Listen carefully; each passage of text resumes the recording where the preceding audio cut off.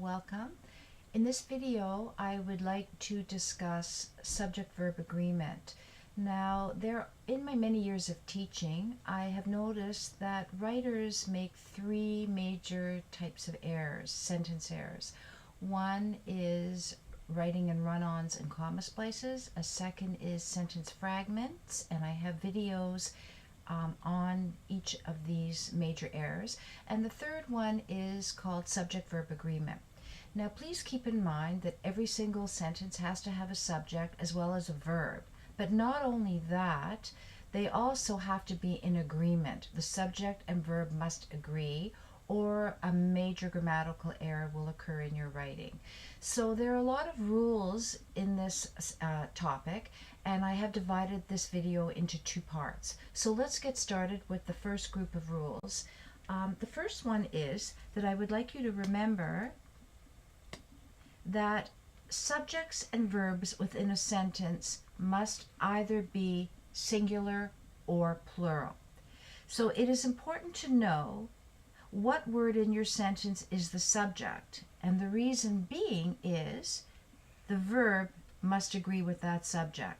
So as long as you understand how to select both the subject and the verb of your sentence, then you should not have difficulty being sure that your subject and your verb do agree.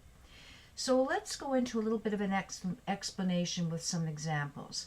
First of all, keep in mind that singular subjects must have singular verbs. I've included three quick examples here. The boy runs home. Boy is the subject, it's singular, and the verb is runs. The girl holds the birthday cake. One girl is singular, and what's she doing? She holds the birthday cake, singular verb. And in this last example, the mother slips on the ice. Mother is the subject, singular verb slips on the ice. So subject and verb agree.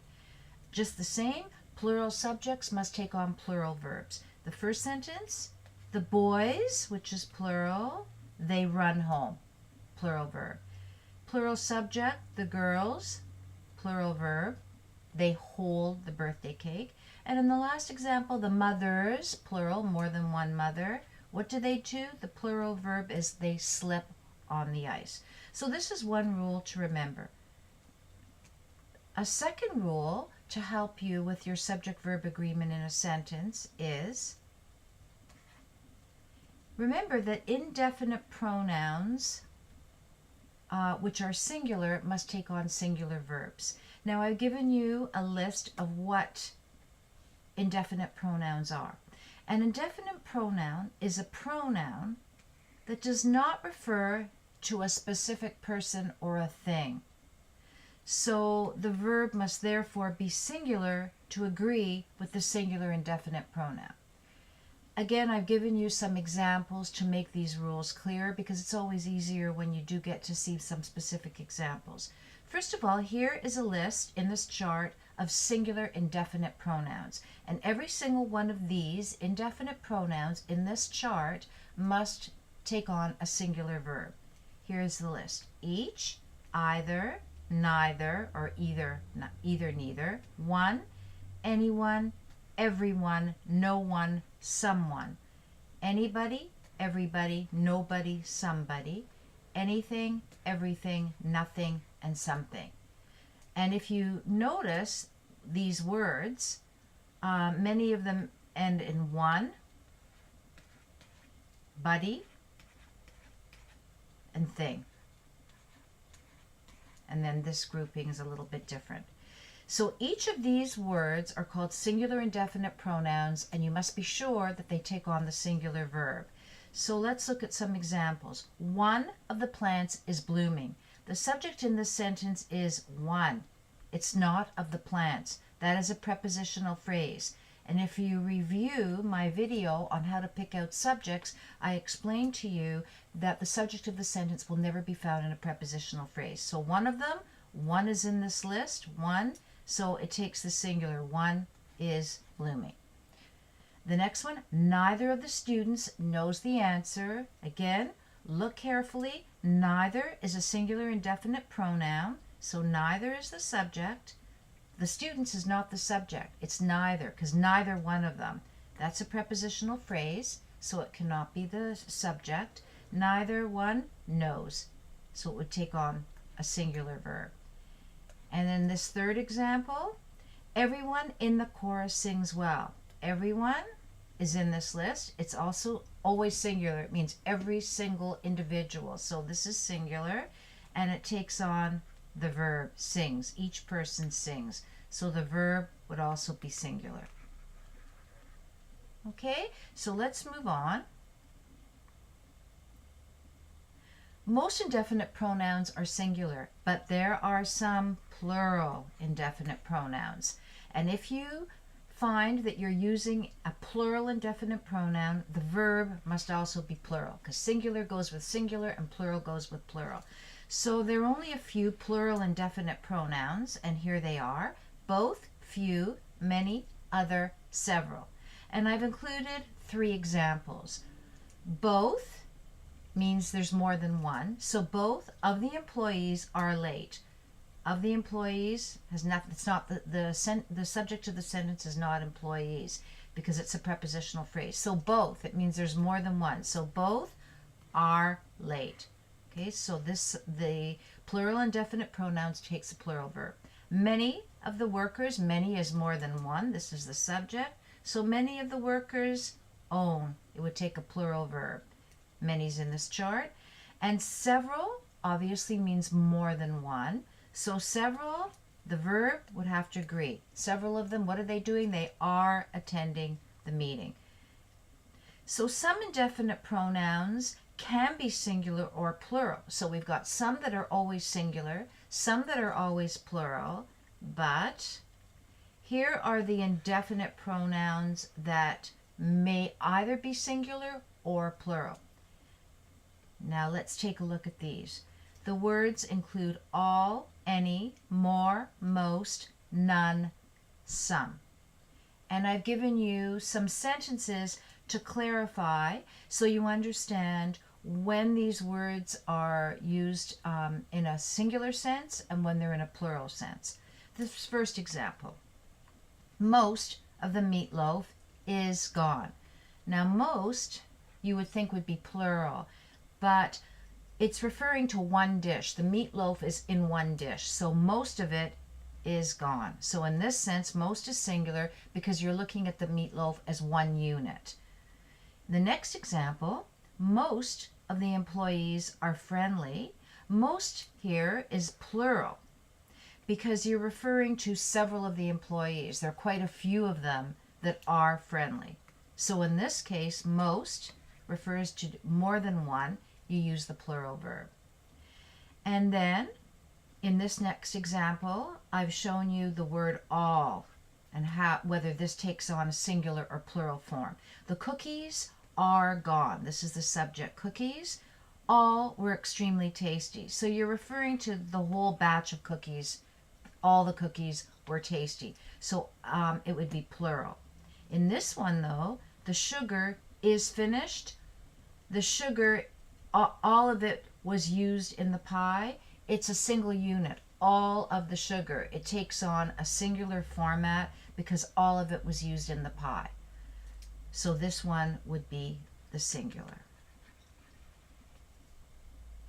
So hopefully you understand that rule. And the third now example of subject verb being in agreement would be with collective nouns. Collective nouns refer to a group of persons or things that are thought to be one unit. They work collectively. Collective means they work together. So in order to know if they're singular or plural, you must first ask yourself whether the group is acting as a single unit or if the individuals within the group are all acting separately on their own. So if they're working as a single unit, it would take on a singular verb, and if each person in the group is doing it separately, then it would take on a plural verb. So a group noun will take a singular verb if the noun acts as a unit, so if it's acting as one. So let me explain that. I want to make it a little bit clearer with examples. First of all, let's look at what collective group nouns are. Take a look at the words in this box. These are only some collective group nouns, but I've tried to select the most common, important, used ones. Audience, assembly, band, board, class, like members of the board, committee, council, couple, crowd, faculty, family, group, herd, like a herd of elephants, jury, number, orchestra, public, quartet, society, and team.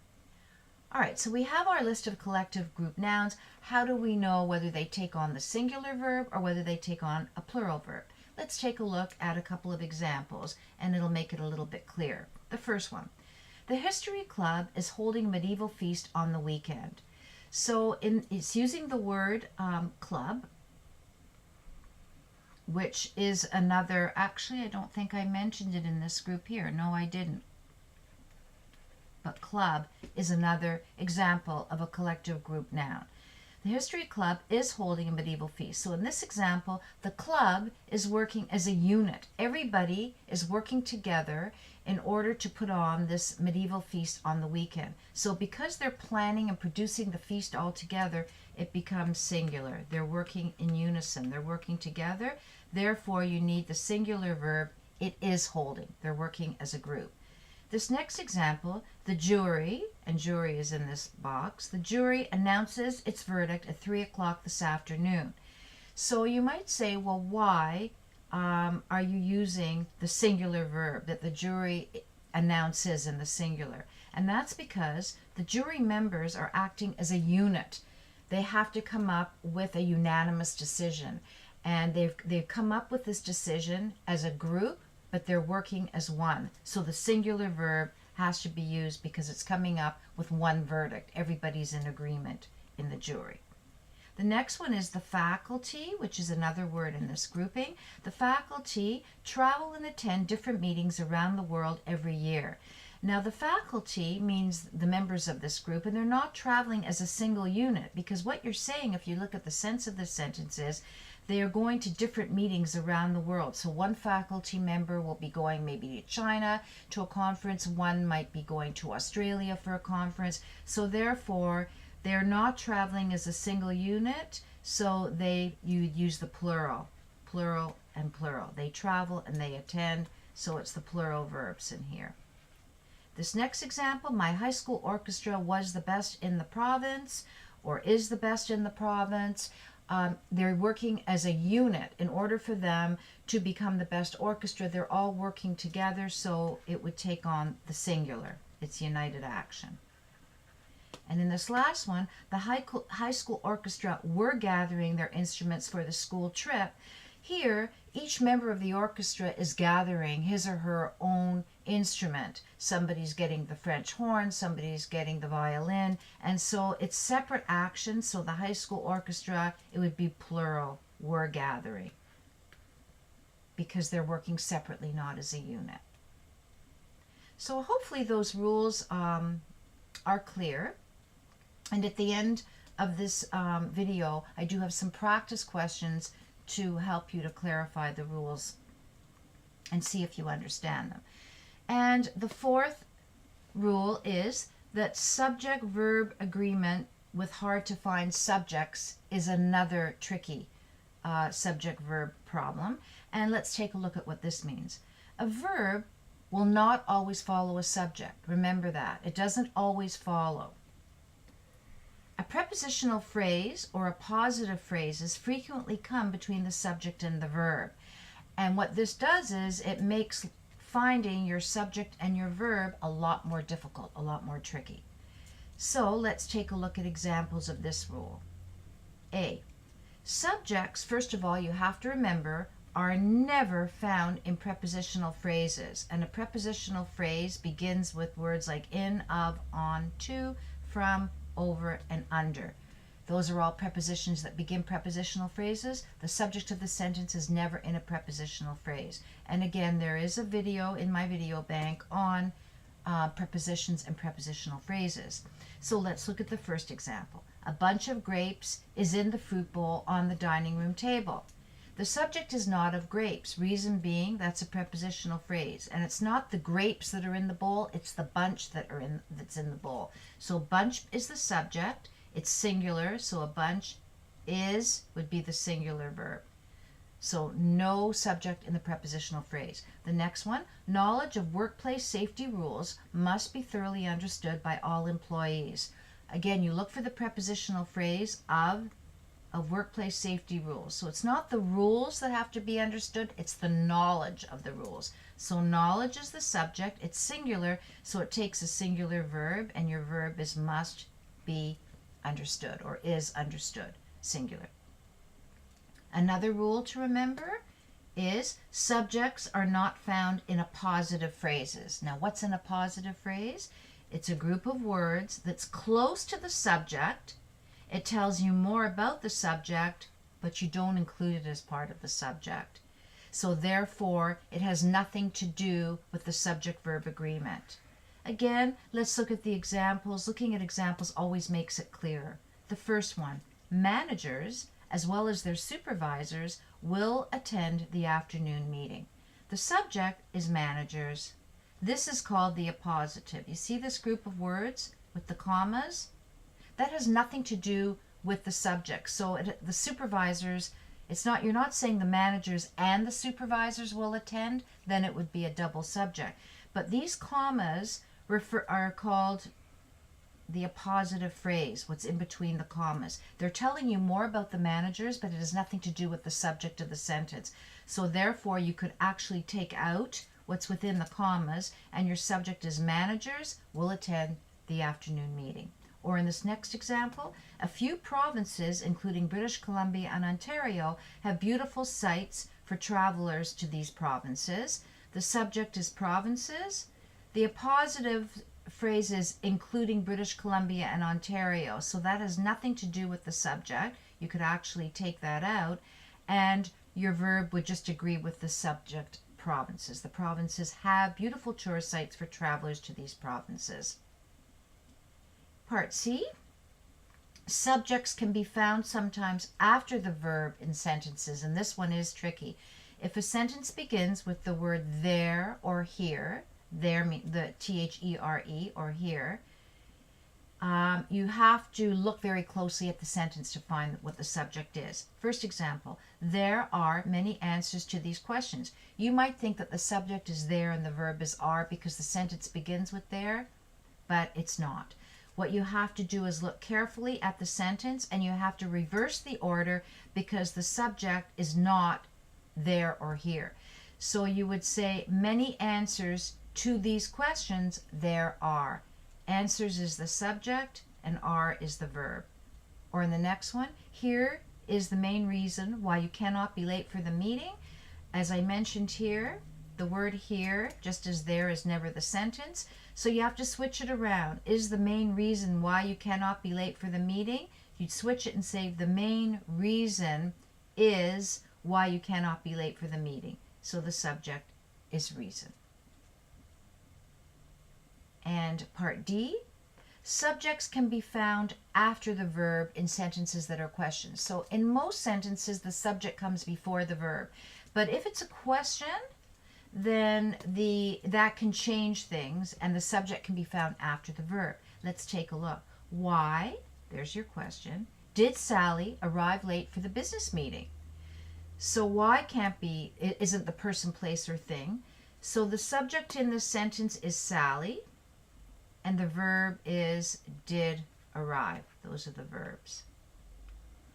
Or in this next one, how much snow did the weatherman predict for today? The subject cannot be how. Because it starts with a question, you have to reverse the order of the sentence. And so you could reverse it by saying the weatherman did predict how much snow for today. So the subject is weatherman, and the verb, the helper verb is did, and the main verb is predict. So I've given you two little pointers here on ways to find the subject when the verb comes first. And one is you would rearrange the sentence so the subject comes first. So switch the sentence around if it's hard to find the subject, especially if it's a question, or if the sentence begins with here, the word here or there.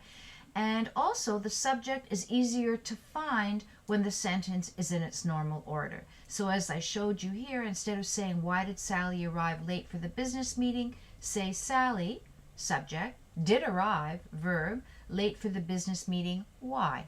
And in this second example, how much snow did the weatherman predict for today? You could say the weatherman, which would make it the subject at the beginning, did predict, there's your verb, how much snow for today, question mark.